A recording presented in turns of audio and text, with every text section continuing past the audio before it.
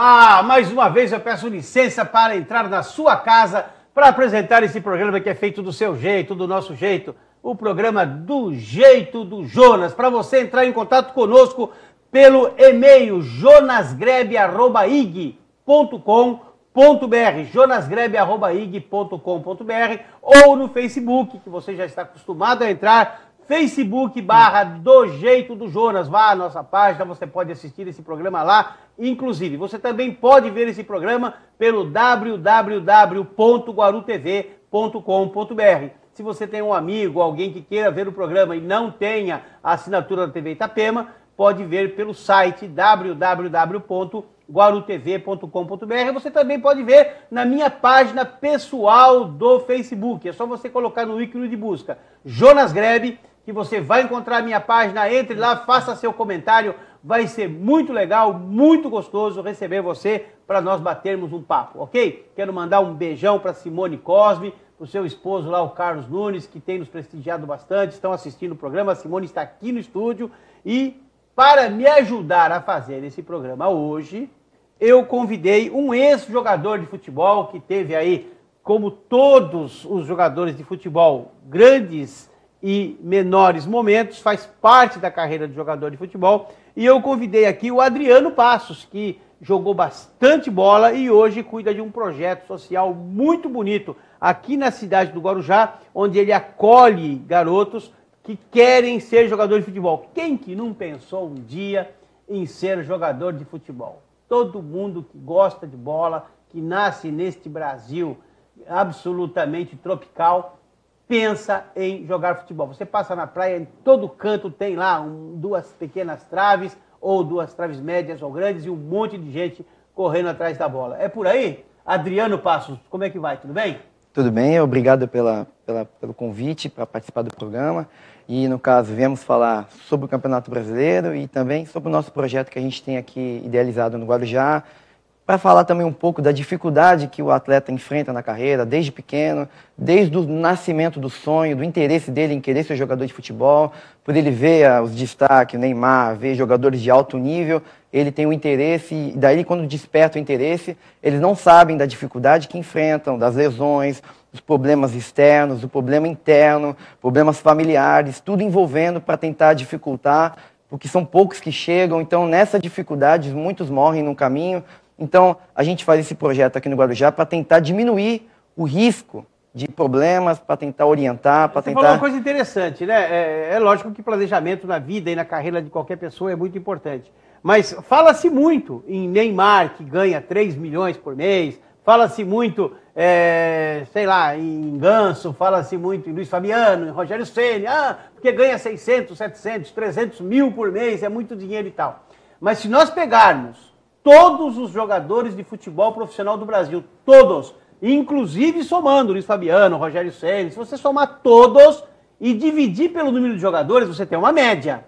A média não dá um salário mínimo, porque a grande maioria dos jogadores de futebol nesse país ganham em torno de 300 a 400 reais. Uma coisa absurda, até porque o salário mínimo é o mínimo que alguém poderia ganhar. Mas não é assim. A ajuda de custo do clube depende mais da condição do campeonato. Poucos estão na frente, nas primeiras posições. Primeiro, segundo, terceiro, quarto lugar. As demais equipes disputam o campeonato, então eles não têm recurso, não conseguem patrocínio no ano seguinte. Você vê pelo Brasileirão.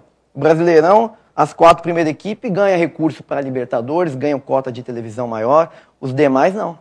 Então, sobe jogador da base, exemplo, um time de segundo escalão, exemplo, segunda divisão, já... A ajuda de custo dos meninos pequenos já é menor. Cai pra terceira. Aí vai pra quarta, aí acabou, né? Aí nem é profissional quase, porque se ele não trabalhar durante a semana, ele não come. Então já não se dedica exclusivamente ao futebol. A maioria dos jogadores da quarta divisão, exemplo, do Paulista, todos em média ganham de um salário mínimo a R$ 1.200. 90%. É um ou outro que vem da A3, da A2, que consegue ter um recurso melhor, ganhar uma ajuda melhor, ou um salário de 2, 4 mil, até 10 quando é diferenciado. Mas você vai tirando uma base, quando chega na Série A, por exemplo, joguei no Criciúma, jogadores no profissional ganham 10 mil na Série A. 10 mil, 8 mil, outros jogadores que estavam na Série A. Do Campeonato Brasileiro. Do Campeonato Brasileiro. Então, eles disputavam o Neilton no Santos não jogou nada ainda, fez uma final de Copa São Paulo boa, ele era reserva, entrou no penúltimo jogo, no lugar do Giva, inclusive, jogou a final, fez 3 gols na final, na semifinal, mérito total, né? Depois ele fez mais um gol na final, o Santos foi campeão da taça, promoveu. O Santos, quando promoveu, deu 30 mil de salário para ele. Agora o contrato dele termina agora no final de abril, no começo de maio, ele pediu 6 milhões para renovar. O Santos falou, pode procurar time aonde te pagarem 6, 5, 4, 3, 2, 1. Não importa quanto te pagar, pode ir. Porque não é assim também como o jogador já pensa de cara, vou ganhar 6 milhões. 6 milhões é dinheiro, cara. Então, no caso, os jogadores que conseguem salário alto é porque tem pessoas por detrás. Investidores, empresários, que conseguem... Essa é a parte boa. Tem a parte ruim também, que é o jogador que quando consegue um salário alto, ele tem que dar metade para alguém. Divide. Essa é a parte ruim. E não são poucos. Se me apertar eu conto, viu? Você é um monte aí que, né? Eu tenho 47 anos, 48 anos eu vou fazer agora em janeiro que eu mexo com bola. 48 anos que eu mexo com bola, tá? Eu sei umas historinhas aí, começar a contar é complicado, cara. Então, no caso, a gente está falando desse lado, mas e os meninos que não chegam no profissional, que não chegam a ganhar esse recurso, não que não têm ajuda, não arrumaram uma profissão? Terminam com 20 anos, com 21 anos, sem ter estudado, não conseguiram em clubes, não conseguiram engrenar a carreira, lesão, atrapalha, o menino terminou, estuda na 8ª série, 7ª série, depois ele vai ter que enfrentar a realidade, que é ganhar um salário aí como pedreiro, como auxiliar, vai ter que estudar, depois de que já terminou 21 anos, 22 anos, vai ter que estudar, não pode entrar no exército, não pode fazer nada, vai ter que correr atrás do tempo perdido. Então esses meninos não sabem. Mas isso aconteceu comigo. Eu fui estudar depois dos 20 anos. Quando eu tive problema de joelho e tive que parar de jogar futebol, é que eu fui estudar. Eu tive a sorte de conhecer uma pessoa que praticamente, um amigo, né, mais velho que eu, 20 anos, que me obrigava a estudar. Vai estudar, você tem que estudar, vai estudar. E arrumava, dava um jeito, telefonava para amigo para dizer, põe uma vaga aí para ele estudar. Senão eu também estaria aí, né? Estaria aí na vala comum. Eu, graças a Deus, tive sorte de encontrar uma pessoa que me incentivou. Mas a maioria não, a maioria é o contrário. As pessoas dizem, estudar para quê? Bobagem. Estudar é para rico, é para elite e tal. E acontece o que você falou mesmo, acaba sendo servente de pedreiro. E no caso, quando a pessoa tem uma estabilidade externa, ou então uma pessoa, um entendimento no ramo do futebol, porque a maioria dos meninos, como eu no caso, quando eu comecei minha carreira, tinha acabado de perder meu pai, que morreu de tuberculose, foi jogador do Guarani, do profissional, por causa das drogas, amizade, ele largou a carreira, e eu vi esse sofrimento na família do meu pai. Seu pai chegou a jogar no Guarani? Chegou a jogar no Guarani, Paulo Celso. E no caso, ele... de quê? Jogava de meia direita. Deve ser da minha época, mas eu não... Então, no caso, ele tinha condição financeira na família, mas não tinha estrutura no ramo, no lado do futebol. Então, as dificuldades que ele enfrentou foi por causa de amizade, ele se entregou às amizades, drogas, bebida, e meu pai morreu de cirrose e tuberculose. Minha mãe achou meu pai morto com 4 dias em decomposição no apartamento. Ela pegou tuberculose do meu pai morto. Então, quando eu iniciei, quando eu tinha 10 anos, meu pai tinha já passado por essa dificuldade. Então, no caso, eu já iniciei minha carreira já com problema familiar. Mas eu tinha interesse em ser jogador, eu tinha o sonho e eu não desisti. E no caso, quando eu comecei com 10 anos, quando eu consegui entrar no Santos com 10 anos, sub-10, eu não tinha, minha mãe não entendia de futebol, não tinha uma pessoa em volta, o meu pai não pôde me ajudar, que ele já tinha acabado de falecer. Então eu fiquei pouco tempo, fiquei 6 meses, 8 meses no Santos, fui liberado. Então eu passei em escolinhas. Então dos 10 anos aos 17, eu passei por escolinhas e eu vi que eu perdi oportunidade, perdi tempo. Quando você é liberado de um clube, o mundo cai, né? Cai. O chão desaparece. Então, aí eu não tive estabilidade, não sabia como correr, não tinha quem me indicasse, não tinha uma pessoa que podia me socorrer, me levar para clube, podia me indicar. Não teve essa pessoa de externa. Que é isso que a gente tenta impor. Hoje você tenta fazer para os meninos isso que você não teve. Isso, na verdade, é isso. O projeto saiu das minhas dificuldades, do sofrimento que eu tive na carreira. Eu consegui ser jogador profissional, joguei no Audax, no Criciúma, no Joinville, times de Série A, que os 3 estão na Série A, um no Paulista e um na Série A do Brasileiro, outro na Série B do Brasileiro, mas os 3 são Série A estadual. E no caso, fui jogador profissional, mas não foi fácil. O primeiro clube... Você parou novo também, né? Parei por causa de lesão, peguei tuberculose, que foi uma doença hereditária que eu tive. Então, no caso, esse sofrimento, essa dificuldade, várias vezes chegando em casa chorando, lesões que acontecia no meu melhor momento, eu era titular, estava fazendo uma boa média, exemplo, no Joinville eu estava titular, tinha feito 16 jogos, 10 gols, assim, em alto nível, me machuquei o joelho, fiquei quase um ano em recuperação. Pequeno, não tem estrutura, como é que vai pagar jogador machucado? É duro, hein? E no caso, o que a gente tenta passar para os atletas no nosso projeto aqui no Guarujá é de que não vai ser fácil. Não é Cristiano Ronaldo, Neymar. Não é essa ilusão que não vende. é. Então eles estão acostumados a ver esse status do Barcelona, só posse de bola e o campo ruim. Para chegar até aquele nível de campo, o campo ruim que ele vai enfrentar aqui na estrada da vida dele. Então a gente tenta diminuir os riscos da carreira dele, a gente tenta fazer com que ele não tenha tantos erros, a gente tenta fazer com que ele não tenha más amizades, a gente tenta fazer com que ele trate bem a família. Você tem quantos meninos nesse projeto? A gente está com uma média de 200 atletas. Todo dia vem meninos novos. Quem é que banca isso? Os pais. Uma ajuda daqui. Você não tem nenhum tipo de ajuda pública? Não temos ajuda pública. 200 meninos no projeto? 200 atletas, no total 400 pais que têm ajudado o projeto. A gente já encaminhou para testes em clubes 62 meninos em um ano de trabalho. Isso traz algum rendimento ou não?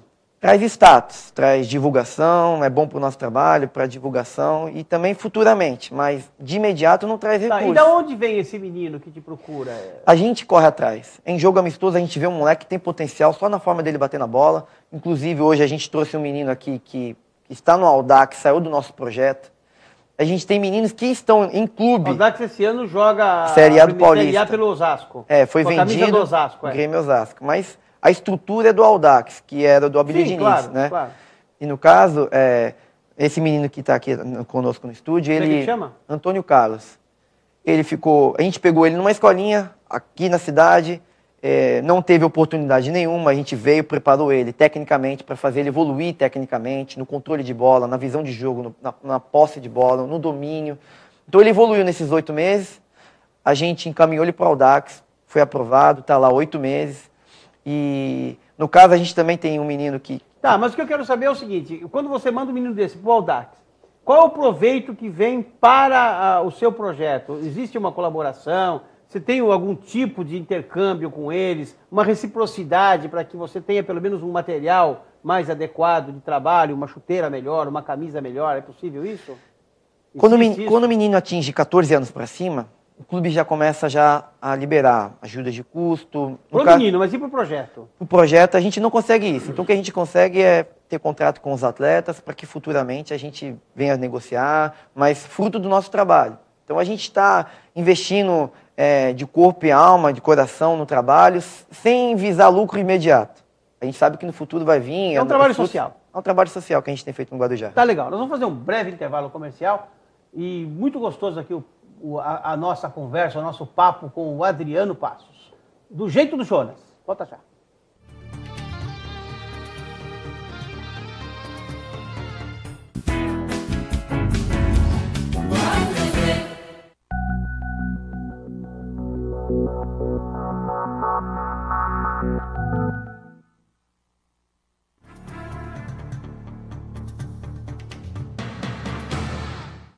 De volta para o segundo e último bloco do programa, que é feito do seu jeito, do nosso jeito, do jeito do Jonas. Para você entrar em contato conosco pelo e-mail jonasgrebe@ig.com.br, jonasgrebe@ig.com.br. No Facebook é Facebook/do jeito do Jonas e você pode assistir lá no Facebook/do jeito do Jonas este e outros programas que já passaram por aqui.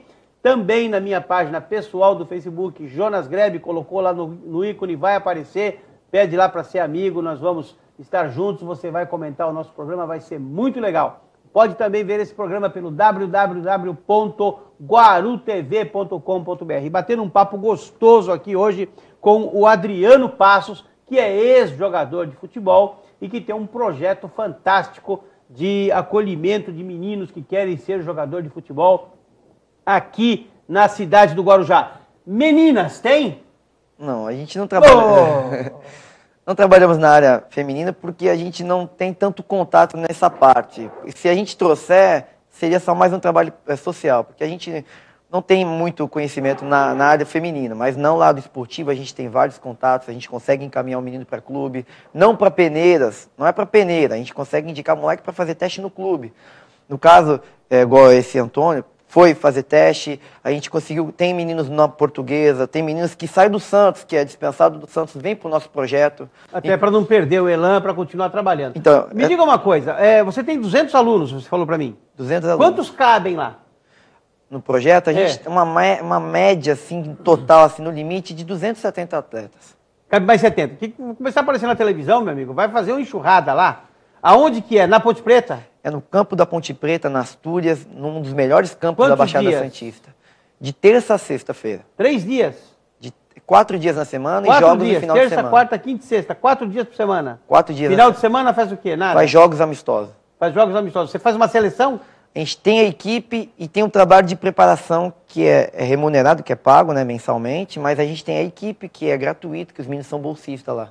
Deixa eu falar uma coisa para você. Independente, dentro do futebol, fora desse assunto, depois nós voltamos para a escolinha. Você assistiu a confusão que deu ontem no jogo Vasco e Atlético Paranaense em Joinville, onde você jogou? Eu vi o problema que teve lá. Eu já joguei na Arena Joinville, no caso. Eles não esperavam esse tumulto. Pode ver não, que... Não tem nada a ver com Joinville nem com o estádio. Não tem nada a ver, porque a Até segurança... porque o promotor público lá, de forma correta, hein? Porque o futebol é uma entidade privada. Você não pode chegar para um dirigente de futebol e dizer assim, você é um corrupto. Não, porque a corrupção é crime exclusivo de funcionário público. E o futebol é privado. Então, se é privado, por que você tem que deslocar a polícia militar, que tem que dar segurança para o cidadão, para cuidar de marmanjo dentro do estádio? Eu estou a favor desse promotor aí. Eu acho que a polícia tinha que ser tirada dos estádios, sim. Fica na rua. Mas dentro do estádio, o clube que pague segurança particular. E lá foi contratada uma segurança particular absolutamente incompetente. Totalmente sem competência para fazer o trabalho. Eles não acolheram. E virou aquilo que virou. Como é que você viu aquilo? Eles não acolheram. O problema, a polícia militar teve que sair de fora do estádio para entrar dentro do estádio, para tentar resolver. Porque aí já virou uma coisa de defesa de ser humano, né? No caso, 3 pessoas tiveram traumatismo craniano. Esses problemas que aconteceram no estádio refletem externamente, porque é um ano pré-Copa. 184 dias para a Copa. Então, é um problema que gera um mal-estar para a Copa do Mundo muito grande. As pessoas vão vir com medo, receio. Por mais que já foi vendido a maioria dos ingressos para a Copa do Mundo, existe sim um receio, as pessoas vêm preocupadas. Então, isso queima mais ainda a nossa imagem no país, para o exterior. Lá na Costa do Saípe, a segurança era de final de Segunda Guerra Mundial. Era segurança, era metralhadora, era fuzil. Olha, nunca vi nada parecido, uma coisa ostensiva mesmo. Parecia que nós estávamos em guerra, mas muito nitidamente, uma segurança absurda, absurda. Você espirrava, 3 te apontavam um fuzil. Eu já achava que estava acontecendo alguma coisa de doido. Eu acho que nós estamos ficando até paranoico, né, com esse negócio de segurança. E a segurança que vai vir para o Brasil tem que ser externa, tem que vir ajuda, apoio. O Brasil não vem, não. Força Nacional e o Exército Brasileiro só e as polícias militares dos estados. Não vem ninguém de fora, é uma questão de soberania nacional.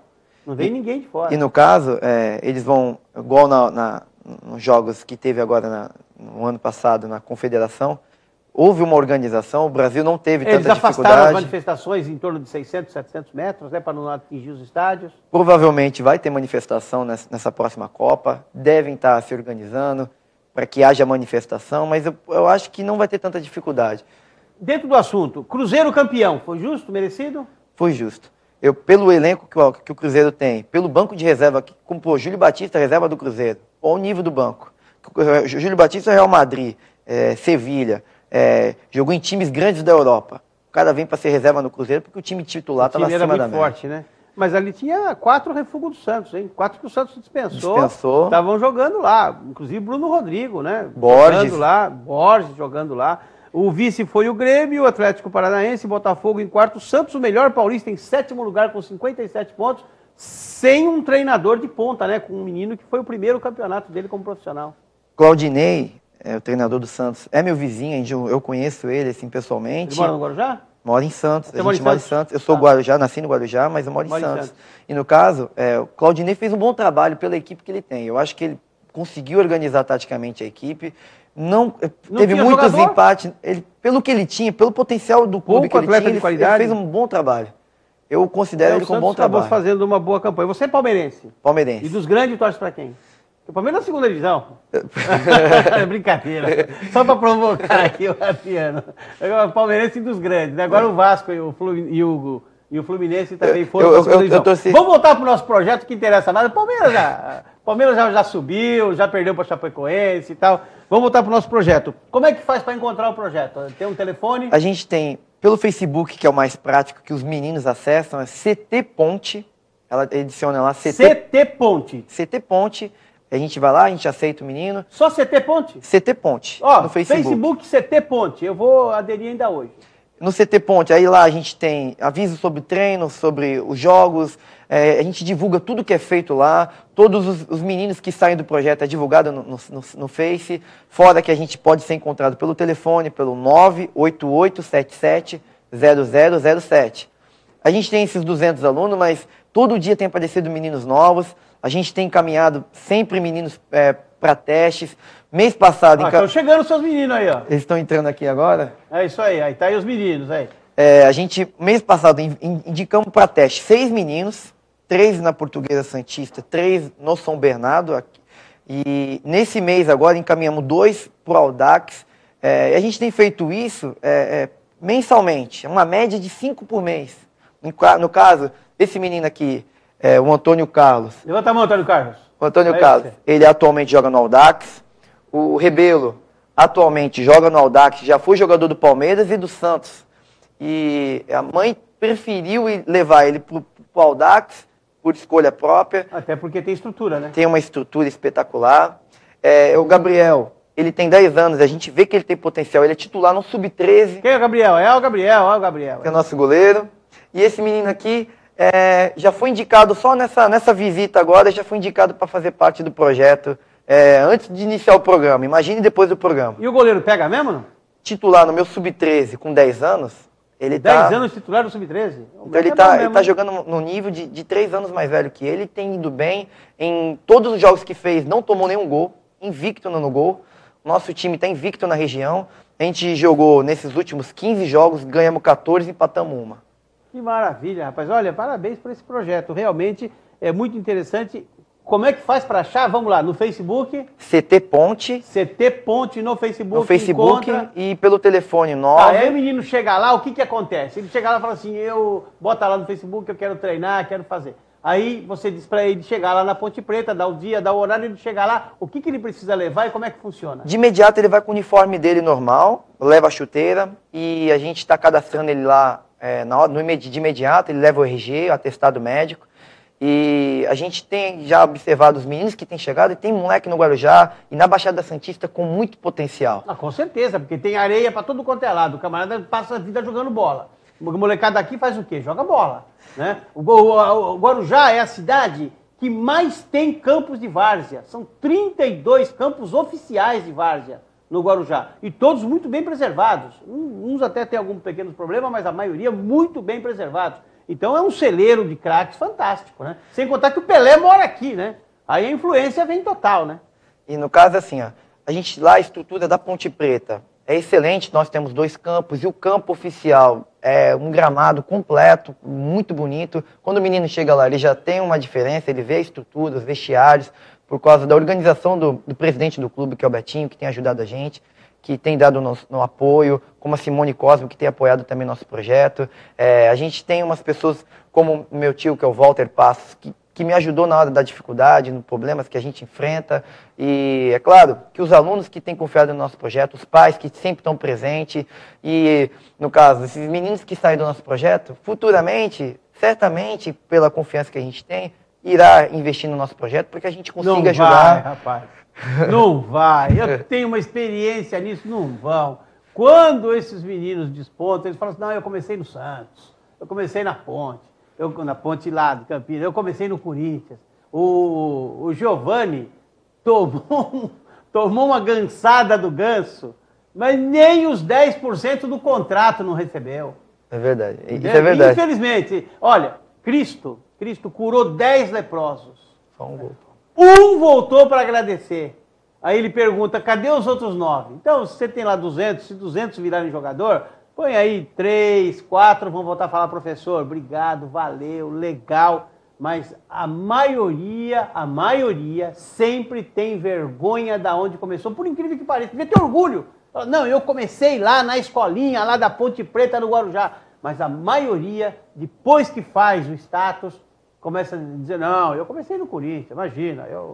Infelizmente, cara, não tem jeito. Né? Eu comecei com o Garrincha em Pirituba. Né? O Garrincha era um senhor que tinha um braço grudado no corpo, assim, um defeito gravíssimo que ele tinha no braço, tinha o braço grudado no corpo, e ele era um treinador de molecada fantástico. Ele revelou Zé Sérgio, que jogou na Copa do Mundo, né? Eu não vou lembrar aqui, mas um monte de jogadores muito famosos. Você não ouve falar o nome desse cara, morreu há muito tempo, não ouve falar o nome do Garrincha. Ele chamava-se Rubem Giargi, e o apelido dele era Garrincha. Porque ele tinha as pernas assim, ele era todo defeituoso, ele não podia jogar bola, ele foi ensinar a molecada, foi treinar. E o Rubem Giargi, o Garrincha, formou grandes jogadores do Brasil. Eu nunca vi um desses jogadores falar, eu estou falando aqui agora, né? Nunca vi um desses jogadores falar, olha, eu sou cria lá do Garrincha. E muita gente que jogou, inclusive Copa do Mundo, começou ali. O Denilson passou por ali, o Denilson que ganhou a Copa do Mundo passou por ali. Minha memória já não é tudo isso, mas vários passaram. Né? Me lembro bem do Zé Sérgio. E as pessoas não falam. Falam, não, eu comecei no São Paulo. Não é por aí, não? É verdade. Mas o que a gente tem feito lá é plantado. A gente tem plantado porque a gente sabe que vai vir os frutos na hora certa, os resultados vão acontecer, nem que seja a pequeno, médio ou longo prazo. Não, vai acontecer. Trabalho sério não tem como dar errado. Você faz um trabalho sério, um trabalho social, inclusive. Não tem como dar errado. E no caso, esses 2 meninos que estão aqui atualmente, a gente tem possibilidade de ver eles no profissional, a gente tem o carisma por eles, porque a gente tem certeza que ele vai conseguir chegar longe, e a gente tem dado todo esse apoio familiar, a gente tem orientado, a gente tem cuidado, a gente tem feito com que eles evoluam tecnicamente, que eu acho que fisicamente eles vão evoluir com a estrutura do clube. Mas hoje a base, que é a tecnicamente, eu acho que ele tem aprendido no nosso projeto, e a gente faz com que o menino evolua tecnicamente. Quem escolhe a posição que ele vai jogar? A gente está sempre observando, as pessoas que trabalham no nosso projeto têm observado os meninos, mas eu sempre dou meu pitaco. Eu observo, às vezes o menino chega como lateral direito, exemplo, o Antônio, chegou como lateral esquerdo, ele é ambidestro. A gente puxou ele para volante, ele fez zagueiro, então ele tem um poder de marcação muito bom. Lateral direito não tem no Brasil, precisa formar alguns, né? E ele hoje tem jogado como médio e meia atacante. Tem jogador que chega e você pergunta que posição você joga, e ele fala em pé. Em pé, tem uma posição melhor para jogar do que em pé. É verdade. Mas os meninos que chegam, quando a gente vê que ele não sabe a posição, a gente define uma posição de imediato e a gente vai vendo o desenvolvimento dele. Vendo a característica. E a gente vai adaptando. Nos jogos a gente vai vendo como ele se sai, a gente vai adaptando a posição realmente que a gente vê que ele tem condição de chegar lá na frente, ou pelo menos desenvolver um bom desempenho. Legal. Bom, eu falei aqui com o Adriano Passos, a minha produtora e a minha diretora, ela está toda assanhada lá dizendo, acabou. Ela fica aqui no meu ponto eletrônico falando, acabou, já sei. A nossa diretora, ela é bravinha sim, mas a Paula Maia, ela é gente boa demais. E ela disse que a única coisa que eu posso fazer é te dar 30 segundos para você falar tchau. Obrigado pelo convite, eu agradeço as pessoas que me ajudaram no momento mais difícil, que as pessoas que têm conseguido nos apoiar, a gente tem conseguido ficar de pé e o projeto vai crescer e a gente não vai parar. E eu agradeço muito. Se você quiser entrar lá, é CT Ponte e o telefone é 988770007. É isso aí. E você coloca CT Ponte no Facebook, já encontra e já pode colocar o menino para fazer um teste lá.